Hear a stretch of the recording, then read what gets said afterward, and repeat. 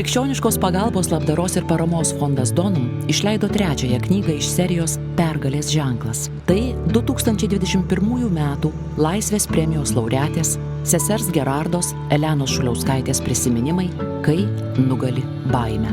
Ta proga lankomės Lietuvos pasipriešinimo sovietų okupaciniam režimui dalyvės, Lietuvos katalikų bažnyčios kronikos bendradarbės namuose Vilniuje, kur po vienu stogu gyvena seserys Eucharistietės.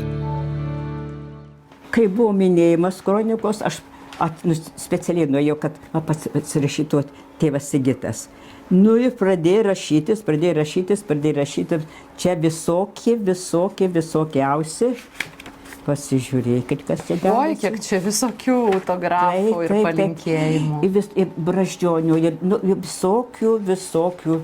Ir pasižiūrėkite. Čia parašė jėzuitų generolas, kuris atvažiavo pirmą kartą po 400 metų į Lietuvą.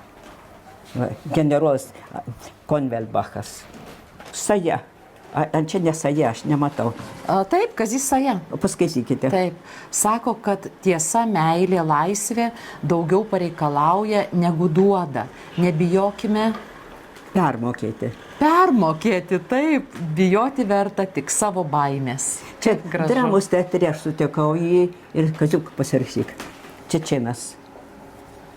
Kai buvo tada Čečėnija kaip kariavo. Tai mes turėjom pažįstamą tokią Čečėnę. Nu, va. Ką čia parašyta, kas čia? Mažom raidelėm? Kas čia? Arkivyskupas turbūt Grušas. Grušas. Taip, Grušas. Nu, vienu žodžiu, va toks va. Kada nors ateityje, kada nors bus tikrai labai vertinga. Taip, turit daug daiktų muziejui. Kronikos muziejų reikia turėti. Nu, nežinau. Nėra tokio? Yra fondas kronikos. Vienas dar toksai buvo labai rimtas dalykas, tikinčių teisėms ginti komitetas.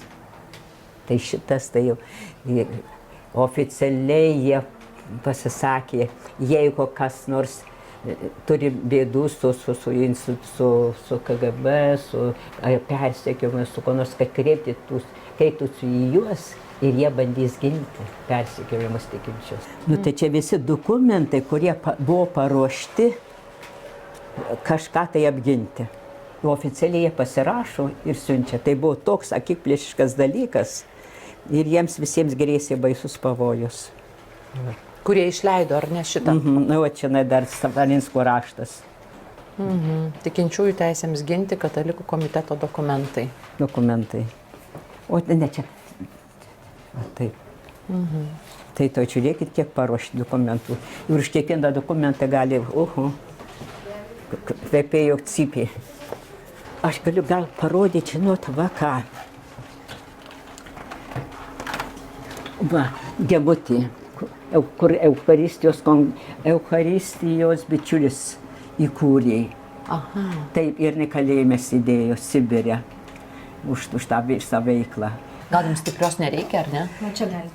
Jau traukti ar dar norite? Užtai. Man irgi atrodo, kad užtenka. Pasakykit savo paslaptį, kaip būdama 92 metų jau su puse, jūs dar tokia spėri, greita, linksma ir graži. Dievulio klauskite, aš nieko nežinau. Kaip tenai yra. Bet kaip žmogus tiek įtampų, tiek ir to, kaip sakėte, tokio kuklaus gyvenimo, bet iš ties tai nepritekliaus patyrusi. Ir kas jums padėjo išsaugoti tą sveikatą? Nu, čia Dievo reikia klausti, kaip tenai. Dievas taip leido ir viskas. Dabar, pavyzdžiui, mūsų sesutės, tai negi aš viena, taigi Gema šitai dirbo, kitos dirbo. Kaip šitą mūsų buvusi generalinį versnių Julija Kodytė. Taigi tenai buvo kaip ant adatų viskas. Jos daugiau tenai, kasdien tenai būdavo sekliai. Balkonė stovi iš gretimo namo tiesiai va. Ir stebi. Stebi. O tai kaip čia toj Tarybų sąjungoje vos ne ant dviejų žmonių vienas seklys buvo? Savęs, kad nežinai kuris. Kunigai, kai susirenka, didesnis būrys. Tai jau jie tik kalba apie orą, apie ką. Nes nežino, kuris gali būti užverbuotas. Na, taigi įtampa. Nuolatinė įtampa, su nieko negali nuoširdžiai pasikalbėti. Taip.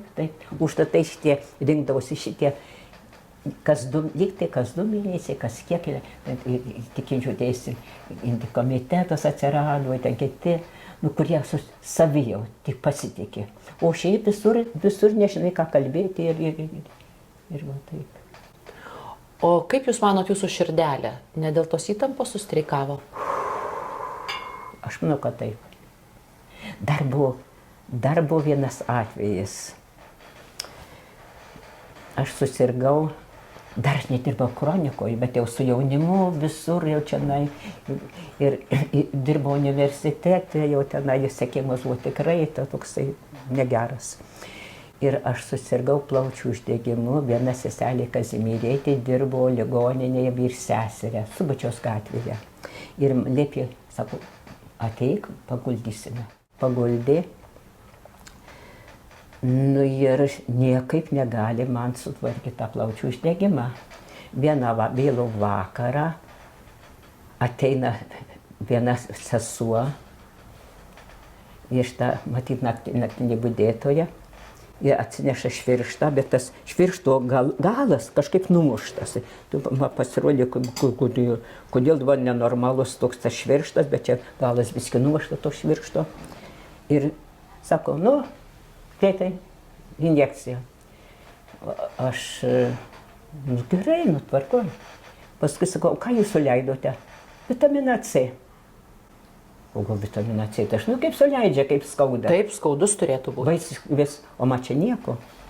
Atėjo ryte vyr sesuo, aš jai pasakiau. O jinai tik iš karto pažiūrė paskyrimus. Niekas nebuvo paskirta. Ką suleido? Neaišku. Jinai baisiai išsigando. Ką suleido jinai. Ir paskui ilgai sirgau, paskui galiausiai vis dėlto mane išgydė. Kai parvažiavau, aš taip išsiprausiau ir man kažkaip įskiveidą taip pat liktai nešti. Sakau, Brinte, duok veidrodį. Sakė, ne. Nesakau, ne, kam tau reikia. Aš tada atsikėliau, nuėjau prie veidrodžio ir raudonais dėliais ėmė visas veidas. O tik kažką jums ten suleido? Kažkokių nuodų? Ką suleido, nežinau.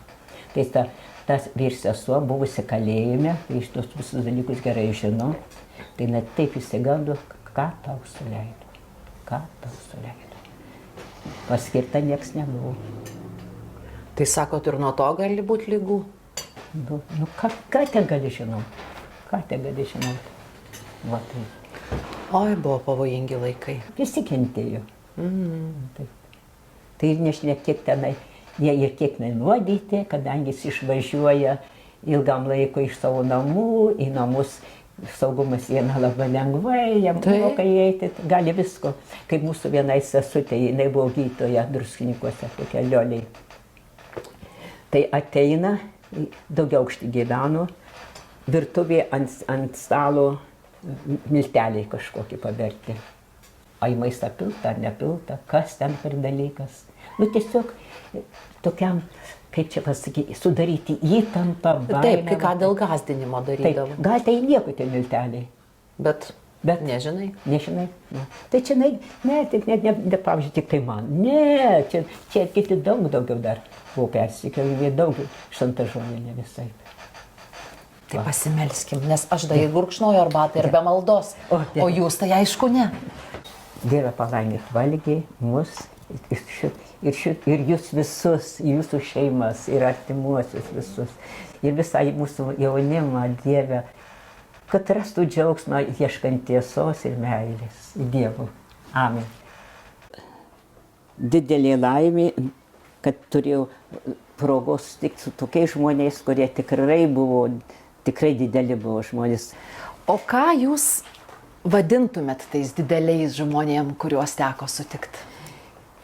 Didelės dvasios žmonės paprastai būna labai kuklus, labai paprasti, labai kuklus ir ryžtingi, ir į smulkmenas nesileidžia, bet ima tai, kas yra svarbiausia ir kas yra Dievo garbei ir žmonių geroviai.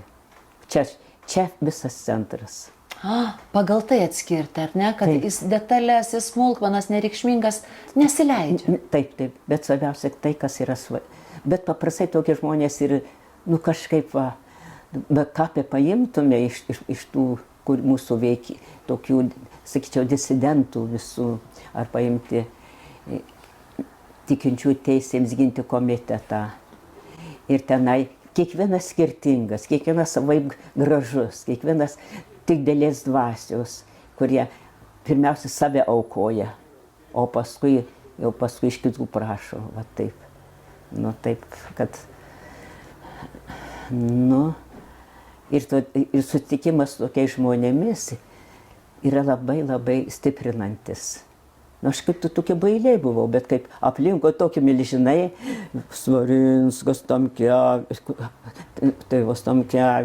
Zdebskis, Sadūnaitė, tie visi aplinkui šitaip, klausykite. Jūs juos milžinais vadinat, o vis apie save sakot, Pilkapelytė, Žioplytė. Kodėl? Todėl, kad aš tokia esu, tik Dievas pasirinko labai silpną žmogų, kad parodytų, kad jis daro. Dievui tai buvo daug vargo su manim. Bet ir kai atsiduodi visiškai, vyresnioji pasakė, važiuok iš Simną. Vyresnioji sesuo. Taip, generalinė vyresnioji. Važiuok, išeik iš darbo, dirbau bibliotekoje Mažvydo, vyredaktorė, ir pasakė, išeik iš darbo ir važiuok į Simną. Negyventi, bet tik važiuok pas tėvą Sigitą Tamkevičių. Dabartinį kardinolą. Dabartinį kardinolą. Ir aš nuvažiavau. Nuvažiavau, jis klausė, ar žinai, kuo atvažiavai? Sakau, ne. Tai pametė man lapų, tenais pataisyk biskį kalbą. Pažiūrėk. Aš tvarkau ir sako, tai dirbsi kronikoje. O, tai fain, tai šiaip tai aš, sakau, bijočiau, jeigu pati verščiausi, tai gal kartais kažkaip būtų pasakyti, o jeigu būtų bėda kokia, kažin ar aš tverčiau. Bet kada paklusnumas vyresnėjai, aš žinau, kad Dievo valia, tai valiai. Jeigu Dievas pakvietė tenai, tai jis ir žinos, ir žinok, ką pasiunti. Ir tikrai jis taip saugojo, ir kartais, kai kurie ir dabar sako, kaip tu šitaip ilgai dirbus, ir nepakliuvai į saugumą. Sako, tai žinau, kad aš tokia silpna, tai dar paskui tenai net laikysiu ar ką nors. Dievas saugojo. O tie, kurie didelės dvasios, kurie tokie stiprus. Tai tie ir lagerius iškentėjo. Lagerius, perėjo lagerius, tremtis ir viskas, valio. Jūs manot, kad čia viskas Dievo darbas? Dievo darbas, tik Dievo darbas, jau nieko. Kai pasakė vyresnioji, kad išeiti iš darbo, tai aš galvoju, bet nepasakė, ką aš dirbsiu ir kaip aš dirbsiu. Aš neklausiau, nesako, tai reiškia, ir paslaptis. Galvoju, kur gali mane kišti? Ko gero pas tėvelį Masilionį, nes tenai reikės šeimininkės. Galvoju, ir fain, gerai. Aš verdu, ko šeimos topė, Dievo, kaip čia smagu, galva laisva visiškai, taip nusiteikusi. Ir tada liepė važiuoti į Simną. O gavot vietoj košės ir poilsio būtent labai atsakingą ir rizikingą užduotį. Taip. Jūs sakėt, kad jums pasakė, pataisyk tekstą, dirbsi kronikoje, bet iš tikrųjų nepasakė, jums turėjo parašyti, tiesa? Ne, tai garsiai nesako. Nieko garsiai, tik tai dirbsi ir užrašau, pavyzdžiui, kroniką. Taip, tokiu garsiai. Viską raštu? Taip, mes viską darydom raštu ir ką nors. Galiausiai aš jau tiksliai neprisimenu, kaip jis ten paružažė, bet vienas jau pasakė šitai. Tai dėl pasiklausimo buvo viskas taip, ar ne? Nes visur visko klausėsi. Taip, tikra.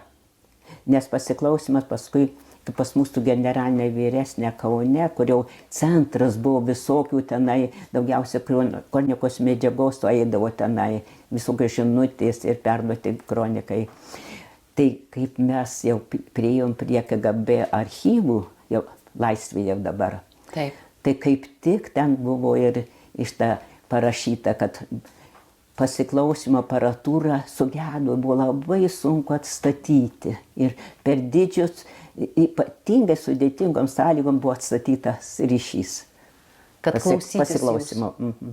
Nu taip, reikia kažkaip įeiti į patalpą, ar Nu ne? taip, Ir suslaptyti taip. mikrofonus. Nu taip. Iš knygos. Kai dirbdavau, nuotaika būdavo visada labai giedra, linksma. Bijodavau, bet jaučiausi daranti prasmingą darbą. Čia jūs apie kroniką tai pasakojot. Kas kada jums išaiškino, kad tas darbas yra toks svarbus ir prasmingas? Iš kur, Gerardai, jūs turėjot supratimą, kad to reikia? Reikia drąsinti žmonės, kad jie pasitikėtų Dievu.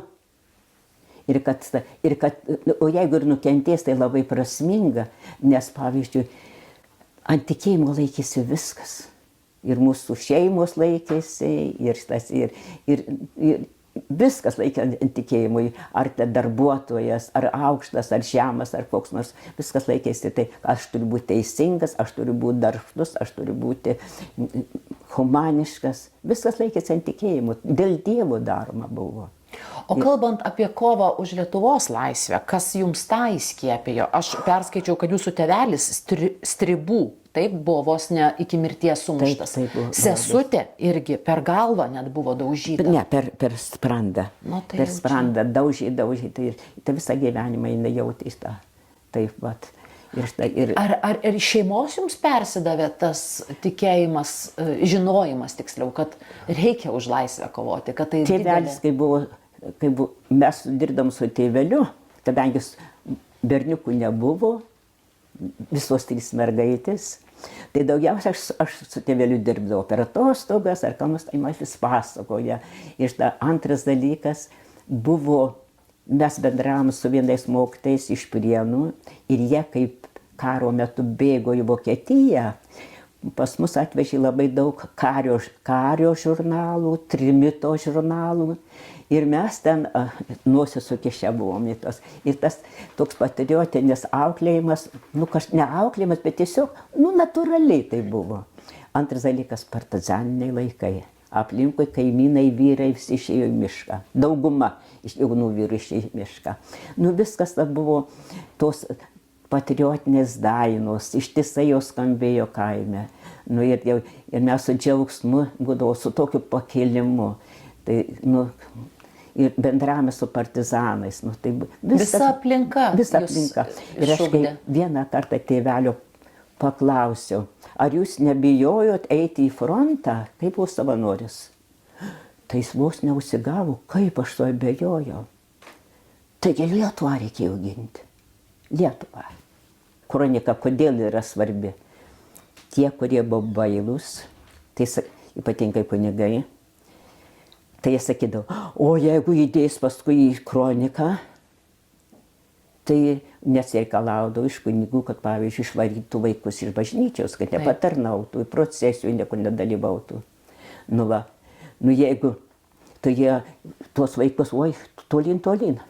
O paskui pradėjai kroniką, kai patenka į kroniką, kad vaikai nepriimami, tai jiems klausykit prieš visą Lietuvą, tai Ir saugumai sako, tai Maskvai į kroniką įdės mane, kai iš jų reikalauja ką nors tokio. Tas faktas, kad kronikos joje atsidurti bijodavo. Net saugumiečiai, rodo, kad kronika buvo galinga. Taip, už tai, kad tiesa. Tiesa yra ypatingai stiprus ginklas. Aš sakiau vieną kartą, mūsų jėga buvo Dievas, o ginklas buvo tiesa. Ir prieš tiesą ne tie, kurie, pavyzdžiui, universitete, kaip mus išmetė keletą darbuotojų už tikėjimą. Ir kaip paskelbė Vatikanas apie tai, kad universitetas išvarė darbuotojus dėl tikėjimo. Koks buvo triukšmas, kas ten dėjusi, tada jau manęs nebuvo, aš jau buvau išmesta. O jūs galit papasakoti, jūs 3 metus studijavot Vilniaus pedagoginėme, taip, institute. Taip, taip. Ir jūs pašalino už tai, kad dalyvavo demonstracijoje, kuri rėmė Vengrijos sukilimą. O ką jums pasakė? Taip ir sakė tiesiai šviesiai? Nieko tiesiai šviesiai nieko nepasakė. Tik tai vis daugelį ten kursų netardė, bet tiesiog kvietė direktorius, tada buvo ne rektorius, bet direktorius instituto. Ir su jais kalbėjo, ką kalbėjo, aš nežinau gerai.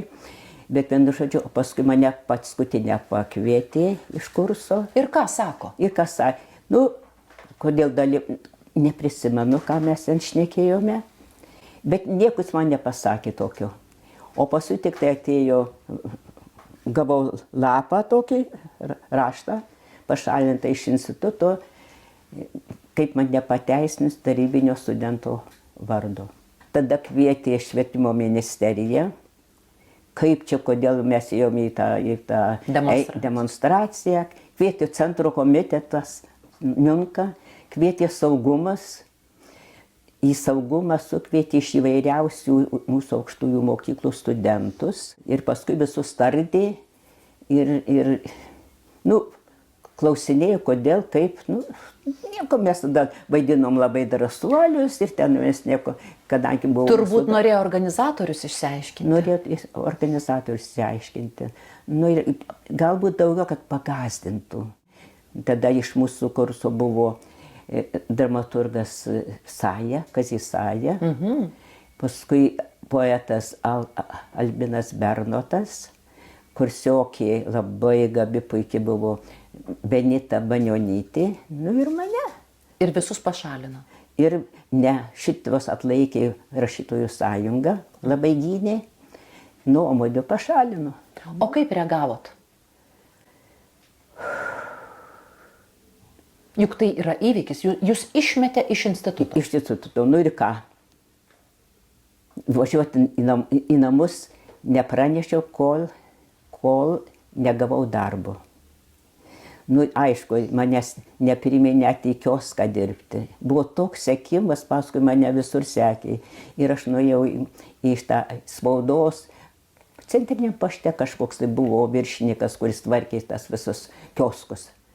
Ir aš atėjau ir kaip, sako, tai yra lyg tai yra darbas pas jūs galima gauti, darbą gauti. Ar buvo skelbimą, kažkokiu būdu sužinojau.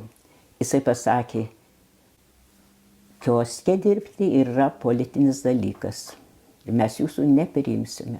Iš ko sužinojo, kaip sužinojo. O tai ką galų gale gavot? Gavau tik tai konduktorę autobuse dirbti. Vėliau jūs vis tik baigėt universitetą. Taip. Ir dirbot istorijos fakulteto dekanate. Taip. Bet 73 metais atleista už antisovietinę veiklą. Ne trečiais, antrais turbūt. Antrais. Gal suklydau. Antrais. Kokią jūsų veiklą užfiksavo tada? Kiekvieną dieną mes eidom į bažnyčią. Tai čia yra antisovietinė veikla? Taip. Kaip tai gali dirbti su jaunimu žmogus, kuri gyvena religiniais prietarais, suprantate? Va taip.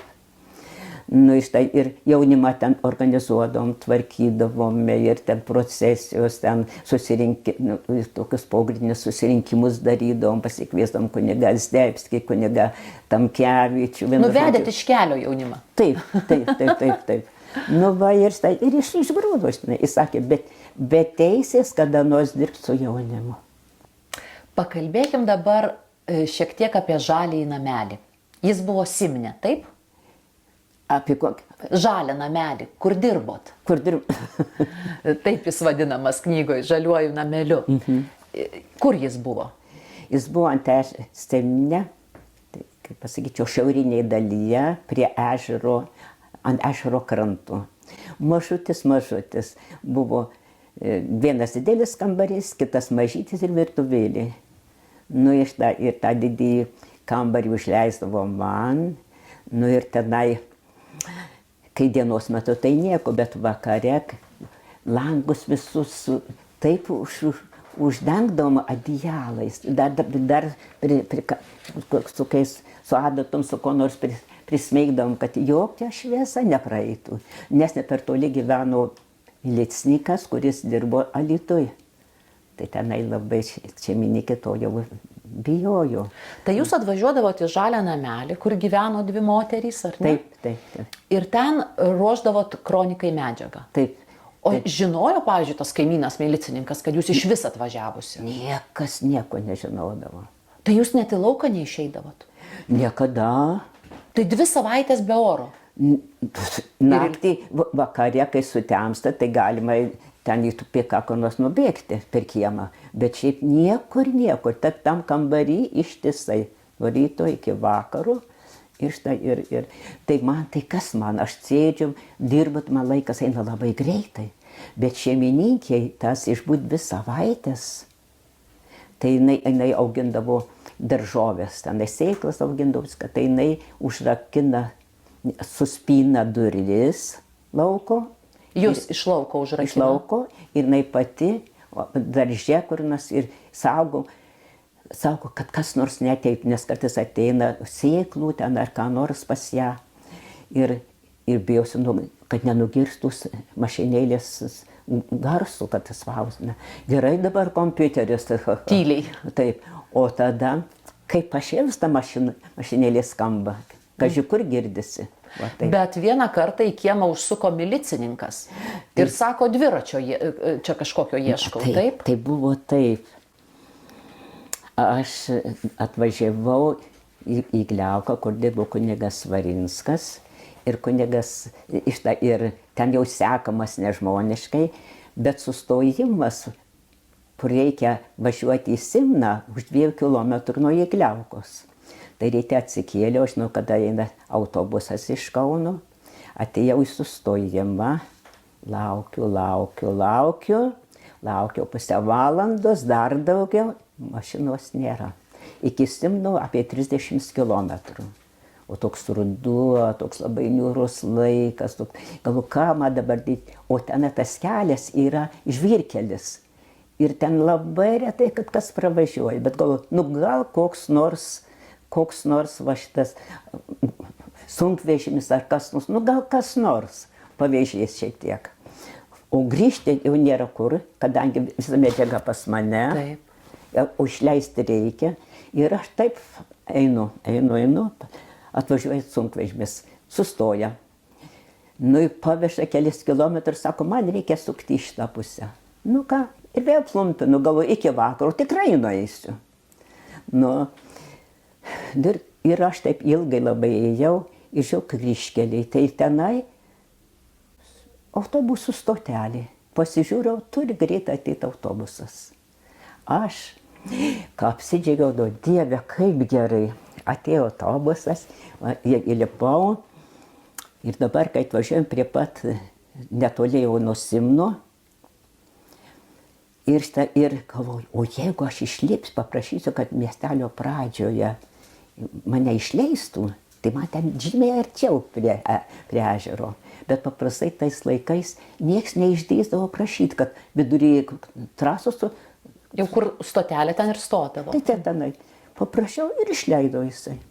Dabar aš einu paežerę ir staiga išbėga Genutė ir rodo visokiais tokiais ženklais, kad aš neičiau. Čia namo šeimininkė. Namo šeimininkė, jos 2 seserys ten gyveno. Tai aš atsėdau ir galvoju, krata tikriausia. Sėdžiu, bet galvoju manęs, jeigu aš būčiau nuvažiavus iki stoties ir ėjus čionai, tai būčiau iš kitos pusės, per langą nieks manęs nebūtų matęs. Kadangi langas buvo į šiaurę. Ir aš būčiau tiesiai pakliuvusi į rankas jiems. Milicija į glėbį. Tiesiai į glėbį būčiau pakliuvus. Dabar sėdžiu, dar jie matyti ilgokai ten pabuvo. Jie, kai išėjo, atėjo Genutė ir sako, ai, čia milicininkai buvo atėję, ieško dviračio. Naivi Genutė. Taip.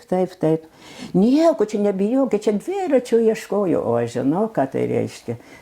Kaip Garliavoj darė kratą, tai jie pateikė mums orderį kratos, kur užrašyta. Univermage dingo odinė striukė. įtarima, kad gali būti pas jūs. Oho, odinės striukės neva ieškojo. O tos odinės striukės ieškojo už paveikslų, visokiose knygose, visokiose stalčiuose. Va taip. Nu va.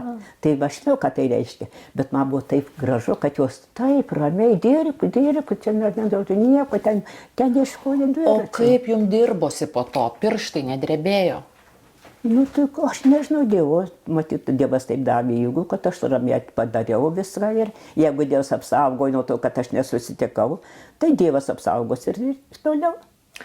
Jūs pasakojot knygoj, kad būdavo tokia įtampa, kad žiemą vasarą viskas būdavo paruošta staigiam medžiagos sudeginimui. Net degtukai iš dėžutės ištraukti. Anot jūsų, jei rankos sudrebės ir nesugraibysi nelauktam svečiui atėjus. Taip. Kai tokia nuolatinė įtampa, degtukas net ištrauktas iš dėžutės, nuolat bijot tų ateinančių svečių, kaip jums sekėsi miegoti, valgyti? Kaip egzistavo? Valgyti tai normaliai, miegoti tai kai kada biskeliai, taip valakardino išgerdavo, kad viski būtų. Tais laikais mes niekad apie tokius raminančius niekad negalvodavome. Nu kažkaip, aišku, įtampa buvo labai stipri, bet kai dirbi, čia įsigilinusi, virsta ir jau kai atspaudė nežinutę, iš karto į ugnį, nes kūrenasi krosnis, dažniausiai plyta, paprasta krosnis. Taip. Ir ten truputėlį kūrenasi. Ir greitai į ugnį. Atspausdinai ir visi ugnį, viską. Bet spausdintas tai lieka. O tai klausykite, bet svarbiausia nelieka to žmogaus, kuris davė tą žinutę. Ar ten kunigu, ar ten ką nors. Pagal raštą mėgindavo nustatyti, taip? Pagal raštą arba pagal mašinėlę. Mašinėlės irgi galima nustatyti. Labai lengvai nustato mašinėlę. Tai jūs, kad kitų neišduoti, greitai į ugnį? Greitai į ugnį. Ir kai jau paskutinį įmeti, tada jau gerai. Tada jau gerai. O kad, pavyzdžiui, nustvers, kad tenai atspausdinai kroniką, tai perspausdinti, daug kas gali perspausdinti. Svarbiausia, kad nenučiuptų, kad redakcija. Va. Kas renka informaciją, kad tų nenučiuptų. Taip.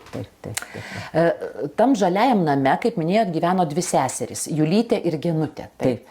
Jos knygoj tyliom herojam ar kažkaip panašiai pavadintos, kurios užkabindavo spyną, kaip jūs sakot, eidavo daržan, o jūs viduj jau triūsdavot su kronikos medžiaga. Bet ar jūs trys moteris atvirai pasikalbėdavot, kad jūs rizikuojat gyvybę, kad jums kalėjimais gresia? Niekada šitų dalykų nebuvo. Darot savo darbą? Darom ir viskas. Jos labai buvo pamaldžios, labai rimtai pamaldžios buvo. O kas jas surado, kad jų name galima dirbti? Klebonas, tėvas Sigitas Tamkevičius. Aš skaičiau, kad jūs su Julyte, Genute, jūsų trijulė valgydavot labai kukliai. Labai. Ar būdavo, Gerarda, kad urgzdavo pilvas? Ar tokio, kad Oi, jau pusbadžiu? Niekas negalvoda apie tą pilvą. Bet nebuvo, kad net neturit ką valgyti? Ne, ten varškite, ten ką nors. Ne, viskas gyveno. Tais laikais visi gyveno taip labai kukliai. Taip. Bet jūs pusbadį esat patyrusi. Aš skaičiau, kai išmetė jūs iš mokslų, tėvams nesakėt ir tik retkarčiais kursiokės duodavo pavalgyti. Tai kaip aš žinau, aš pati neatsimenu. Kažkaip gyvenau, bet kaip aš ten gyvenau, tai aš pati, gal buvo atsiuntę siuntinį ar ką nors tėveliai, dabar aš niekaip neįsivaizduoju, kaip aš ten gyvenau. O ar pamenat kokį skaniausią kąsnį savo gyvenime? Juk visi sakot, kukliai gyveno. Kas tas buvo jau gardu? Kaip čia pasakyti? Man labai būdavo skani sriuba valgykloje. Tikrai? Taip. Už tą, ką nors daugiau jau, tai aš nepaimdavau, bet paimdavau sriubą valgykloje. Tai būdavo man labai skanu. Apie įtampą kalbant, jums ją keldavo net ir tai, kad jūs, kai spausdinot ir dar kartą perspausdinot, kopiją darot, negalite įvelti nei vienos klaidos. O kodėl? Todėl, jeigu bus taisymas, taip, tai klausykite, kas nors pakely gali pataisyti, pavyzdžiui, skaičius, ypatingai skaičius. ir ištaisys ir parašys kitaip. Nu, kai jau taisymas, tai yra taisymas. Ir paskui tada netikra, ar tas, kas buvo anksčiau atspausdinta, buvo teisinga, ar dabar šitas teisingas ištaisymas yra. Va. Supratau, Todėl, va, kad niekas kitas kad negalėtų niekas kitas įsikišti. negalėtų ką nors pataisyti ir įkišti. Va. Kai važiuodavot spausdinti, jums buvo patarta apsirengti, susiruošti lyg kalėjimui. Visada. Taip, mes pačioj pradžioj pasakė taip. Apsirengi taip, kad nebūtų sagų, nes iš karpo. Golfas. Nu ir viską apsirengus taip, kad galėti į kalėjimą. Visada šitaip. Turėti 50 rublių, kuriuos galima turėti kalėjime. Va, taip. Nu ir... Tai jūs kiekvieną kartą, kai eidavot dirbti prie kronikos, kažkuria prasme ir kalėjimui buvot pasiruošus. Nu, bet kad kažkaip negalvoju, kad jau čia eisi į kalėjimą. Nu, kaip Dievas duos, tai bus ir viskas. Ir mes kažkaip pat niekada nekalbėjome tarpusavį, o kas bus, jeigu žais čia saugumas, jeigu čia tas, jeigu čia tas. Niekada mes tai nekalbėdome. O kas jums patarė pasiruošti, nuolat pasiruošus būti kalėjimui? Sigitas. Sigitas Tamkevičius. Tėvas Sigitas. Ir tai sakė, pačioj pradžioje pasakė, važiuoji spausdinti taip, kaip važiuotum į kalėjimą. Jūs ne tik spausdinot, ne tik perspausdinot, bet jūs ir faktus rinkot, medžiagą. Nu tai taip būdavo, nu, klausykite, ar kas aplinkui pasidarė, tai ir užrašai. Pavyzdžiui, ką užfiksavot? Buvo didelis reportažas apie Julijono Steponavičiaus šventę Vilniuje Mikalojaus bažnyčioje. Labai, aš prašiau, kad įdėtų tą, ten labai toksai apie Steponavičių, kokia jau padėtis, kaip jisai tą šventę šventė, kaip čia vis bijojo, kad jisai čia švęs. Paskui eisenos į Šiluvą, paskui mūsų išmetimas iš universiteto. Nu, kas pasitaikydavo, koks nors atikim, tai paimai parašai ir viskas. Arba ten reikia kokį nors, nu, ką nors parašyti apie kokį sveikinimą, ar ką nors, va taip pat. Nu, taip pat. Ir tą. Ką reikėjo, tą darė? Ką reikėjo, tą reikia. Kartais sakydavo tėvas Sigitas, o parašyk tą. Nu, rašai. Tai jūs atidirbat porą savaičių prie kronikos, po to dar žinau, kad spausdinat kitose jau namuose pas kitą moterį, maldaknygės, ar ne? Ne, religinės knygas. Religinės knygas. Religinės knygas. Bet tai ir vėl tokia veikla, kuri neleistina, ir vėl įtampa. Nu tai, ne, tai jau čia naibaikus. Mažesnė būtų bausmė. Jau šitą, ne, tai čia tik ta moteriškė labai bijojo jau jinai. O man po to, tai jeigu pavyzdžiui net kaip mes įkliuvom į šitą, neįkliuvom, bet mūsų užpuolė tenai, mes tvarkėme regulą mūsų kongregacijos, nu, čia Kaune Jonučiuose pas sesutes, viršui jėzuitai gyveno, apačioj mūsų seserys ir mes Gemas Nelytė ir Julytė Kuodytė. Mes tvarkėme regulą mūsų, prisinešę ten kitų kongregacijų, konstitucijas, regulas. Ir tada užpuolė saugumas.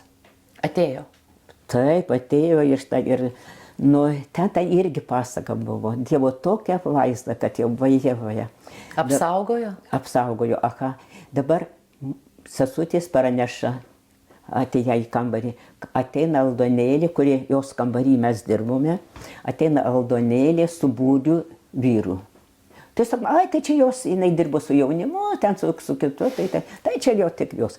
Bet dėl viso ko mes, tai Julytė, ką jie rašė, sukišo savo po rūbais, aš paėmiau tokį krepšį juodą, įsumečiau, kas tenai pakliuvo irgi kokias regulas, kitus atvečiau šitą užtiesimą, užkišau čionai, po užtiesimo, galvėlę pridėjau, Gemutė atsėdo ir atsirėmė. Nu ir ateina į mūsų kambarį, virsta vyrai. Orderis, nu, kaip aš sakiau, kad pavogta odinė striukė, krata.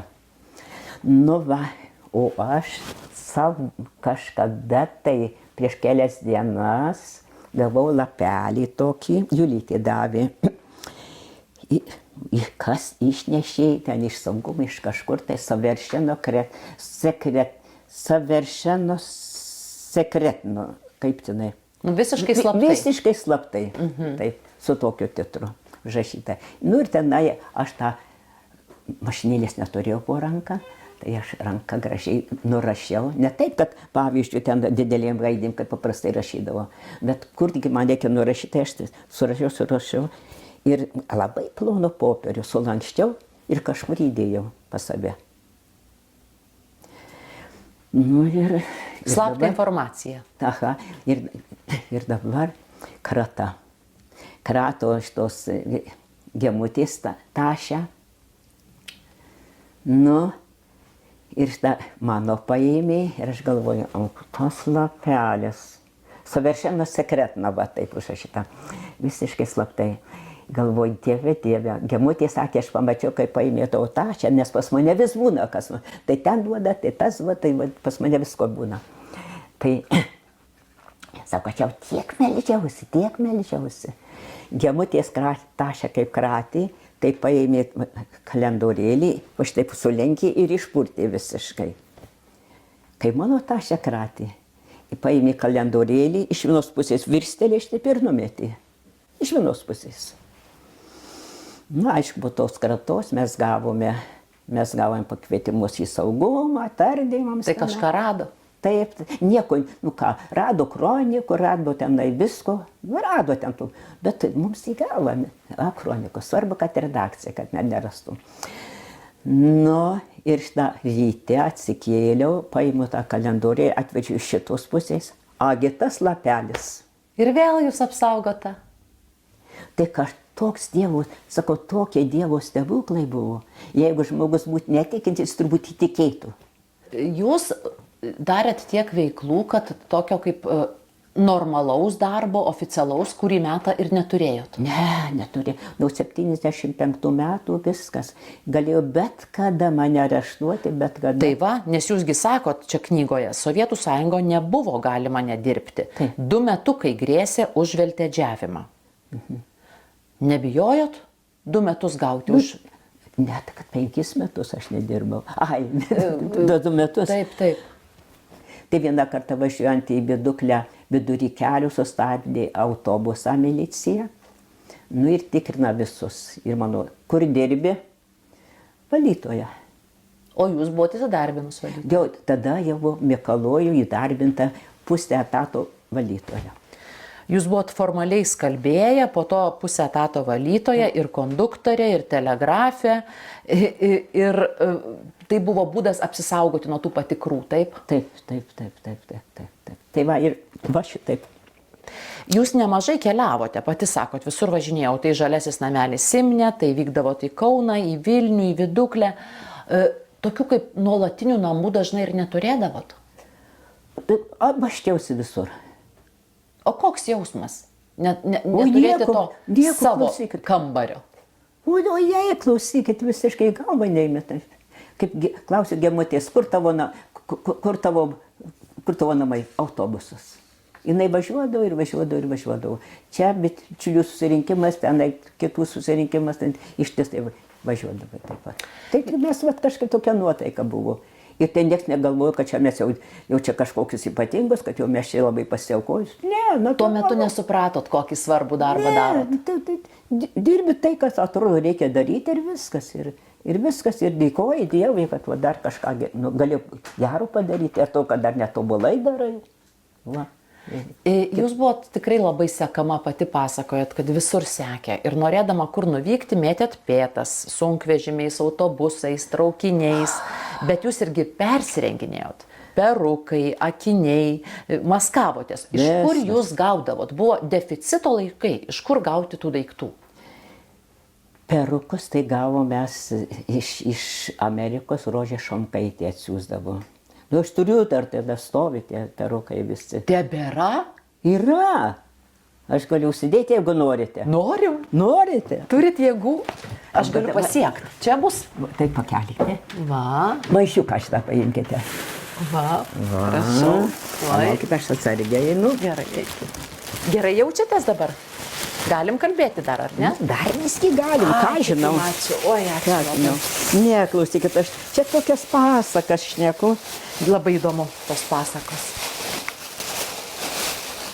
Va. Čia, jeigu ne Amerikos lietuviai, mes labai daug būtų žymiai sunkiau. Ar būtų iš viso tarp kronikų tai niekas, kadangi, kiek Lietuvoje gali paskleisti. Ir kas sužinosi, ką išgąsdinsi. Padėjo Bet kada labai. per Amerikos balsą, per laisvę, per Vatikaną paskelbė, kad toks ir toks tai mokytoja tenai labai nuskriaudė tikintį vaiką, ar ten ką nors, sureaguoja visi tada. O jeigu tik Lietuvoje, tai niekas. Ir žiūrėkit, kaip Gintė Damušytė pasakoja. Atspausdina 2000 egzempliorių išverstų į anglų kalbą ir išsiuntinėja 2000 ambasadoms, universitetams, Indija, Afrika, apie Europą tai šnekos tai jau nėra. Ir pasaulis sužino, kokia tiesa, kad mes visai ne savo norų čia Tarybų sąjungoje. Taip. O. Taip, apsitaisis ir jūsų nepažindavo. Nepažindavo. Vieną kartą buvo teismas, tėvas Sigita už eismą kažką, tai buvo byla Vilkaviškiai. Tai sulėkė ten visi. Aš užsidėjau šitos visus, viską ir nuvažiavom mes tenai. Ir šalia mane stovi mūsų sesutė, jinai nepažino manęs. Tik aš susijuokiau, oi, Gerarda. Iš tos pačios vienuolijos sesutė nepažino. Taip, kartu mes gyvenom ir... Bet vieną kartą jūsų kur ten, Kybartuose į namus neįleido irgi? Neįleido. Nepažino? Nepažino. Tai taip pasikeisdavot. Va, jau kita spalva. Kita spalva. O kadangi visą laiką aš su akiniais, o nusimė akinius, ir dar vieną kartą aš užsidėjau tokius batukus, ilgus, va taip. Ant kulniuką? Taip, su kulniukas didžiausiais, savo tokius paprastus. Vienuolė su aukštakulniais. Taip, aukštakulniai, čianai. Ir nieks nepažindavo. Nieks nepažindavo. O dar Rožė jums iš Amerikos buvo atsiuntusi 2 lietpaltį, tai turbūt tas iš vis buvo lobis. Taip, buvo taip. Čia viskas kaip normaliai. Ir kišenė iš tos pusės. Čia šviesus visiškai, o čia tamsus. Dvi pusės. Dvi pusės. Kodėl juos tebesaugo tos perukus? Kažkaip, ką žinau. Žinot, kada nors ateityje, kam bus įdomu. Taip. Tikrai. Ir antras dalykas, Amerikos lietuvių pastangos padėti mums. Taip. O ką reiškia? Verta į muziejų. Taip. Nu va. Tai va, be jų tai klausykite, ką tik būdavo tos lipnios juostelės. Taip reikia, kai susuka filmuką, reikia užklijuoti, mes neturim kuo. O su to gavom iš Amerikos tas lipnes juostelės. Ir vienu žodžiu daug atsiųsdavo. Vieną kartą net išdrįso atsiųsti vaškuotę, kur rotoprindų gali padauginti. Jau čia buvo baisi rizika vežti šitiems turistams į Lietuvą. Bet kažkas vis tiek atgabeno. Padarė.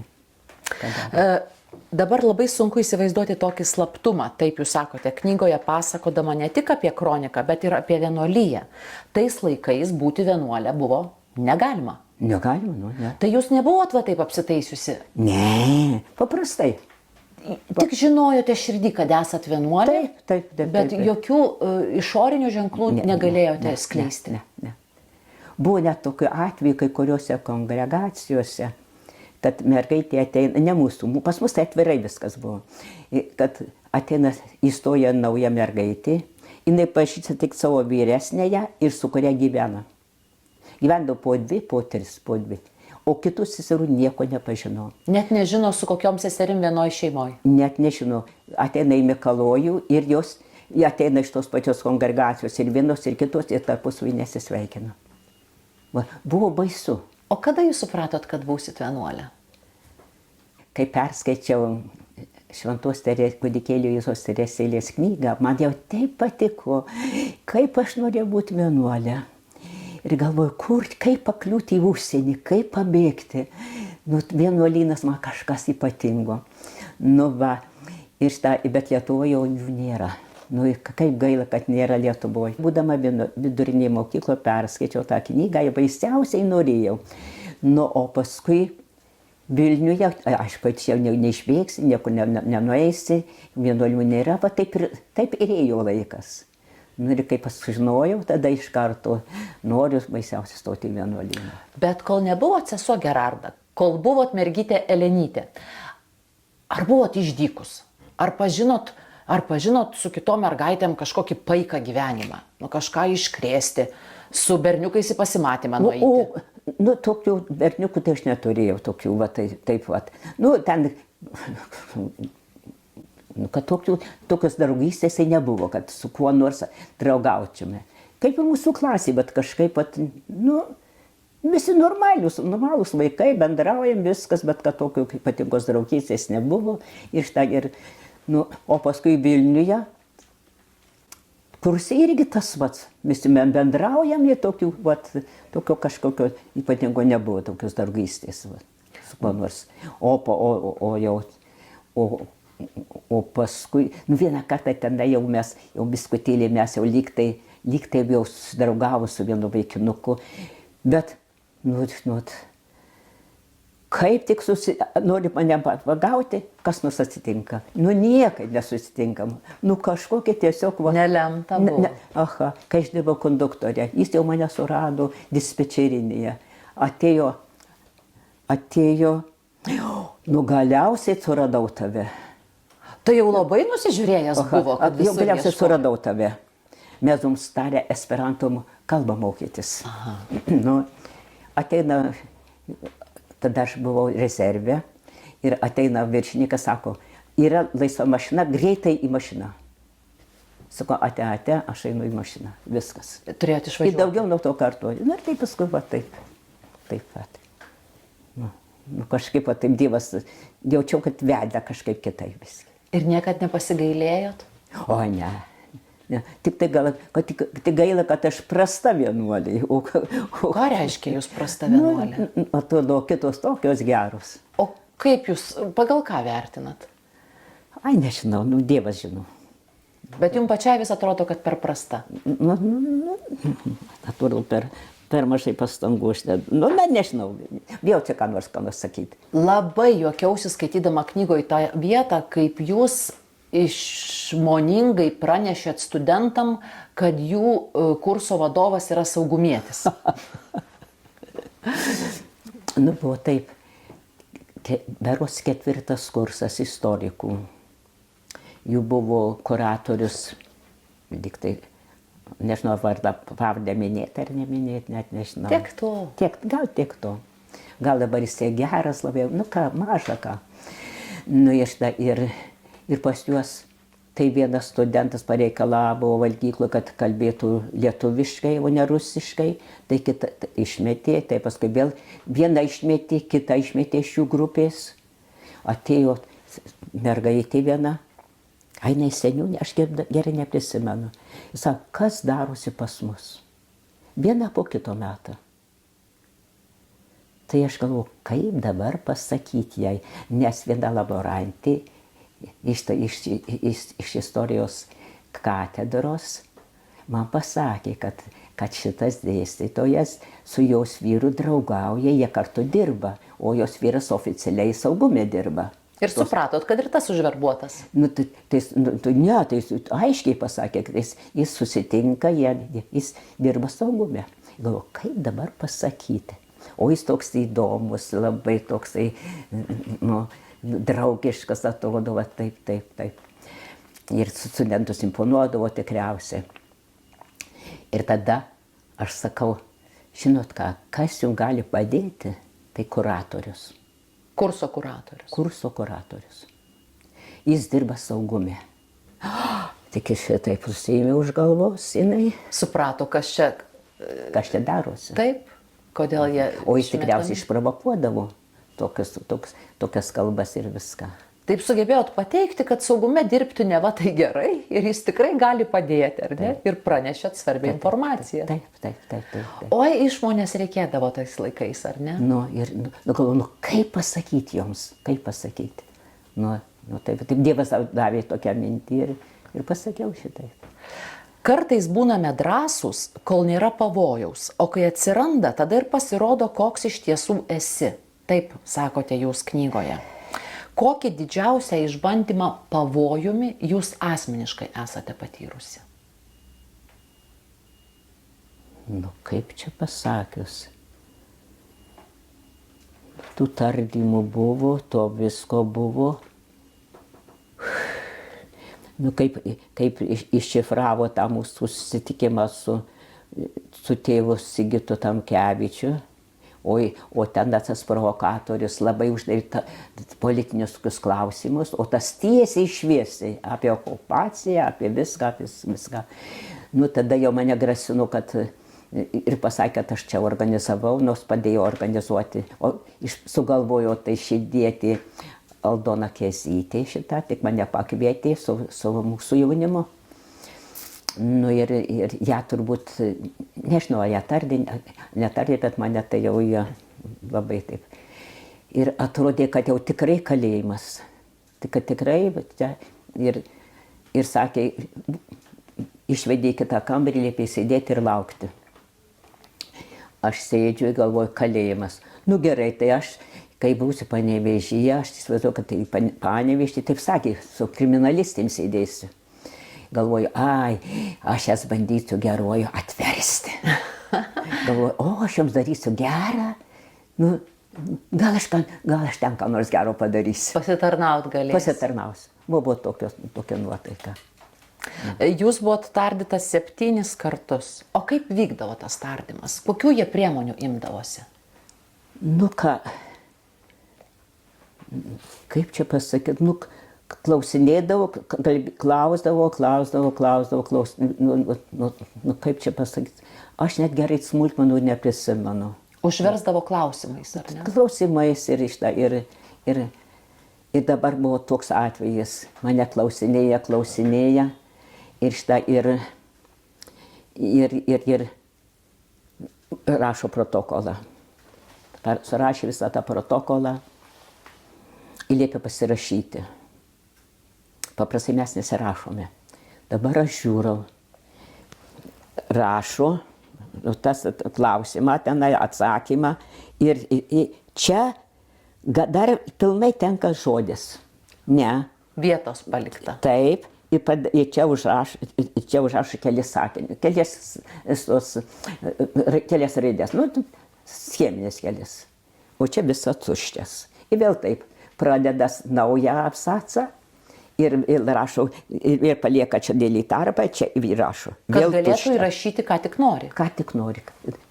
Sakau, palaukite, aš po kiekvieno absaco, kur baigėsi, pasirašiau. Ai, ką paduko, jisai sako, nu ir nachališka moteris. Matosi, kad skaitė instrukciją, kaip laikyti saugumo tardymo metu. Per kratas, kurių irgi esat patyrus, ką jau tokio pavojingiausio rado? Nu, kaip mes su Bronyte, pas Bronyte darė kratą, tai rado eilėraštį Lakrimos 600 metų klūpo. Na, kai buvo čia krikščionybės, krikšto sukaktis. Tai iš karto, o buvo įdėta į kroniką, į pirmą lapą čionai, tas eilėraštis. Jau radome, sako, pilna Lietuva šito eilėraščio, nu ir kas? Tiesa, buvo krata ir pas mus vonioje, pastos tubelėje buvo įkišta kronika, paruošta perduoti į užsienį. Oho, pastos tubelėje. Taip, atsukim, būdu anksčiau atsisuka, biskį išspaudė, įkišė tą filmukę, kur paruošė tėvas Sigitas, įkišė, paskui užsuki, su kitoms dantų šepetukai, su viskuo ir stovis vonioje. Čia tikra stovė ir kadangi mes ne viena, mes taip. Nerado. Nerado. Neišnešė tos. Tai va, visokių tokių detalių iš jūsų lūpų išgirdus, pasirodo, tai jūs tiek visokių darbų darėt. Ir dantų pastui teko slėpti, ir savo prie kūno paslėpus kroniką vežti. Ir daugybė kitų pavojingų situacijų buvo. Ir iš visų išsigelbėjot. Dievas saugo, svarbiausia, kad kiti meldėsi. Ir pavyzdžiui, kaip aš kažkur tai, kažkokiu būdu aš gavau tokį lapelį iš užsienio, kad kažkaip, kad užrašyta tokią dieną meldžiasi tokia organizacija, tokia, kaip Amerika įsiskirsčiusi, tiesiog, kad pastoviai būtų meldžiamasi už Lietuvą. Galvoju, šitiek meldžiasi ir dar man bijoti, taigi Dievas yra. Nu, aišku, ne taip, kad jau aš nieko nebijau. Ne, bijojau ir viską, ir stengiasi, aš taip persirengti ir mėtyti pėdas ir visai. Nu, antras dalykas, ne vien dėl savęs, bet ir jeigu nuvažiuosiu, nusivešiu uodegą, tai žinot, kas bus tada. Taip, ir kiti. Tai atvažiuoju pas tėvą Sigitą į Kybartus, ar nepastebėjau uodegos, sako. Nu, sakau, lyg tai, kad ne. Jūs jau minėjote, kad Amerikos lietuvių indėlis į veiklą, jūsų veiklą buvo didelis. Ar teisingai žinau, kad pirmiausia per Rusijos disidentus naujas kronikos numeris keliaudavo į Ameriką, taip? Taip, per Amerikos ambasadą. Per ambasadą net? Per ambasadą. O tada į Vatikaną? O tada į Lietuvių religinės šalpos fondas. O po to, kai jau kronika pasiekdavo pasaulį, pro mūsų tą tarybinę sieną buvusią, jūs apie tai, kad kronika jau pasiekė Amerikos lietuvius ir Vatikaną, sužinodavot per radiją. Vatikano radijas, Laisvės radija, Amerikos balsas. O kaip jūs klausydavot? Gi čia nelegalu? Oi, būdavo trukdymo stotys, ūžė kaip kažikas. Nu, aišku, kiti tai bijojo klausyti. O mes tai laisvai leisdom ir viskas, nu ką. Na, ne taip laisvai, skaičiau, kad nuo kaimynų, kurie gyvena už sienos, tai jau taip slėpdavot nuo tos sienos toliau, ar ne? O šiaip tai savo namuose, pas bronytę, visur klausydom Vatikaną. Apie jūsų pašalinimą iš universiteto taip pat Vatikano radijas paskelbė. Paskelbė. Tada mes 3 pašalintos. Sakėte, kad kai suprantat, kad jau kronika pasiekė pasaulį, jau per radiją išgirsta, tai koks tas jausmas? Oi, klausykit. Ačiū Dievui, dėkojam Dievui vaisingiausiai. Ir, nu, taip, bet va taip reaguoti negalėjot kaip dabar? Ai, ne, tai čia, tarpusai mes tai savitai taip, o šitą ten, o kur nors kitur, tai ne, nieko. Jūs net į Rusiją, į Maskvą kroniką gabendavot, taip? 2 kartus tik tai. Ir vėl jūs tik tai, bet tai 2 kartus labai rizikavot. Nu ir ką, visos rizikavo. Ir ten nuvykusi taip pat labai stengdavotės nežinoti, su kuo susitikot, taip? Ne, tai kaip čia pasakyti, aš važiavau kartu su tėvu Sigitu. Jis važiuodavo iš Kaliningrado srities tenai, susitikdavom Minske. Tai vieną kartą abudu važiavom iš Kaliningrado srities tenai, įsėdom į traukinį, kitą kartą aš atvažiavau iš Vilniaus į Minską, jis atvažiavo iš kažkur ir mes susitikom ir tas susitikimas buvo labai įdomus. Aš į ten nuvažiavau, į Minską visą dieną reikia išvaikščioti, kad nieks neatkreiptų dėmesio. Užeini į parduotuvę, užeini kokią nors kavinę. Vis iki vakaro reikia išvaikščioti, į bažnyčią negalima, nes gali atkreipti dėmesį ar ką nors. Dabar vakare ateinu į stotį ir telėjimas iš vieno galo ir iš kito galo antram aukšte, kur bilieto kasos. Ir žiūrau, iš anos pusės pro duris eina toks vaikėzas. Suprantate? Va, čia berete viskus lenkęs va šitaip, rankos kišeniuje. Nu, toks va. Žiūrau. Jis į mane žiūri, Sigitas. Kunigas Sigitas Tamkevičius. Taip. Jis pamatė, akis susitiko, pamatė, kad aš matau. Jis kaip apsisuko ir mes laiktis tik ją pačią, sako, žinai ką, aš radau čia prie stoties labai geras skveriukas prie stoties. Ten nieko nėra, einam tenai. Palauksim, kol lyg traukinys turi ateiti. Mes nueinam, nieko nėra, ten atsisėdam ant suoliuko. Ir ko mes bijome? Kad jeigu prieisi, paklaus, kuda jedite, kur važiuojate. Reiškia, jau mes saugumo akiratyje. Taip. Va. Dabar sėdim, ateina milicininkas, išeina iš tako, tiesiai eina prie mūsų. Kuda jedite? Sakau, o kame reikalas? Čiom dėla? Kame reikalas? Matote, jūs padorų žmonės. Čia renkasi visokie, kaip jie sako, dren. Jūs tokie normalų žmonės. Išeikite iš čia. Gerai, mes išeisime. Kad neva tai jums ten nesaugu. Ką? Jums ten nesaugu, anot milicininko. Taip, kad išeiskite. O mums tas, kuda jedite. Bet Gerarda, va ir išgirdau dabar pavyzdį. Jūs sakėte, buvote išmokinta į klausimų klausimus. Taip. Jūsų klausė, kur važiuojat, jūs sakėt, o kas atsitiko, ar ne? Taip. Toks buvo bendravimo būdas. Nu, taip sakydavau, saugume reikia dar va šitaip. Geriausiai klausimą atsakyti. O dabar naudojat tą triuką? Ne. O tiesa, kad kunigas, dabartinis kardinolas Sigitas Tamkevičius, į Maskvą važiuodamas traukiny mišias aukodavo. O ką jis darys kitaip? Nes reikia, jis labai sąžiningai atlikdavo pareigas, labai ražančius, mišios, viskas. Nu, išdavė.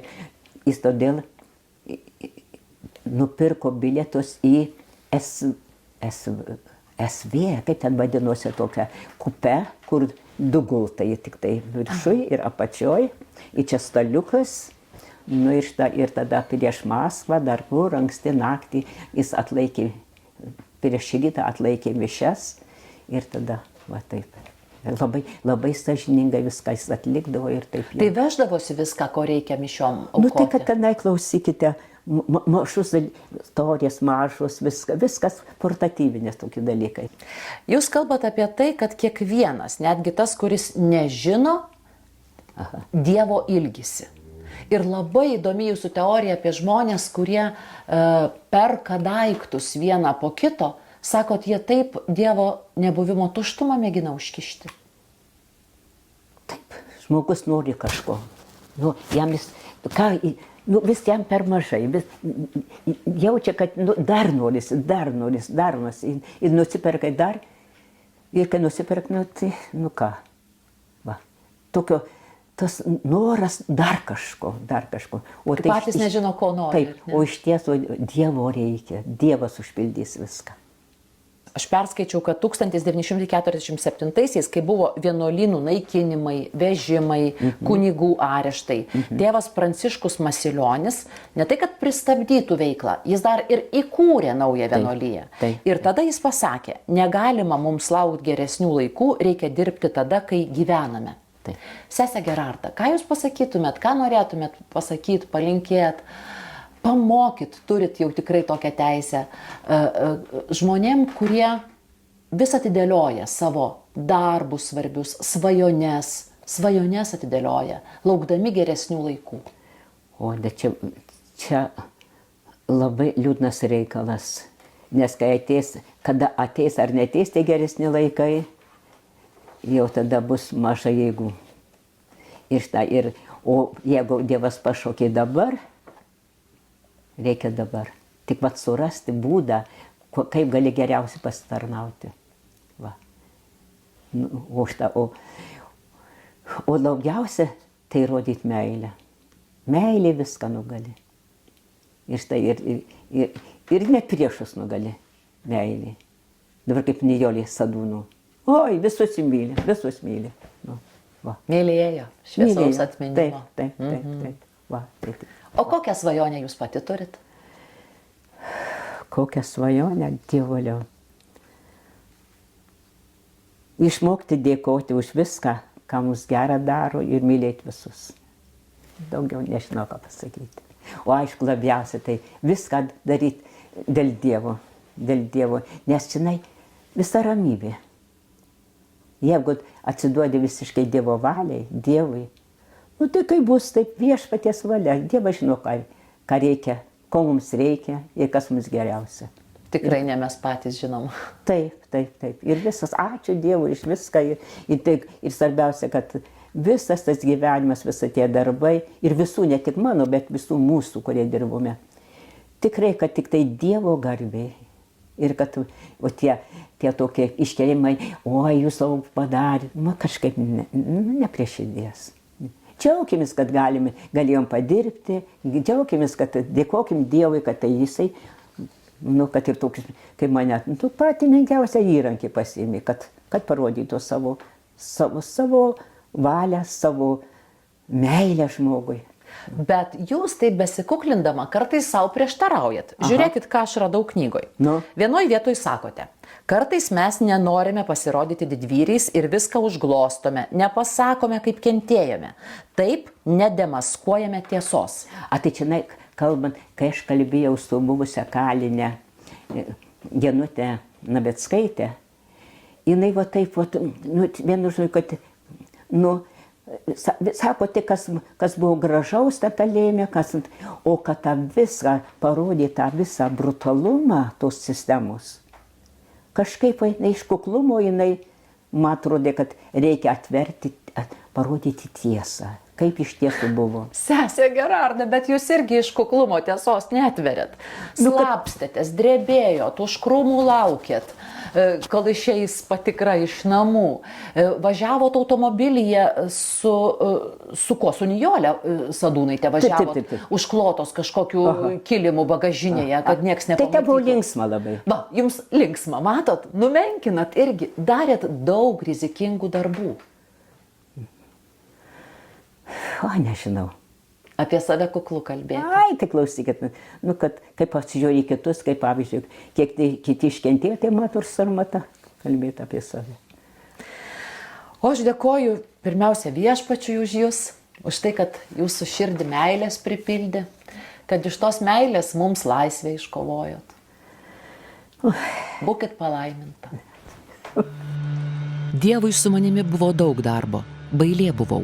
Betgi mūsų jėga Dievas, o ginklas tiesa, sako sesuo Gerarda. Prisiminimų knyga vadinasi Kai nugali baimę.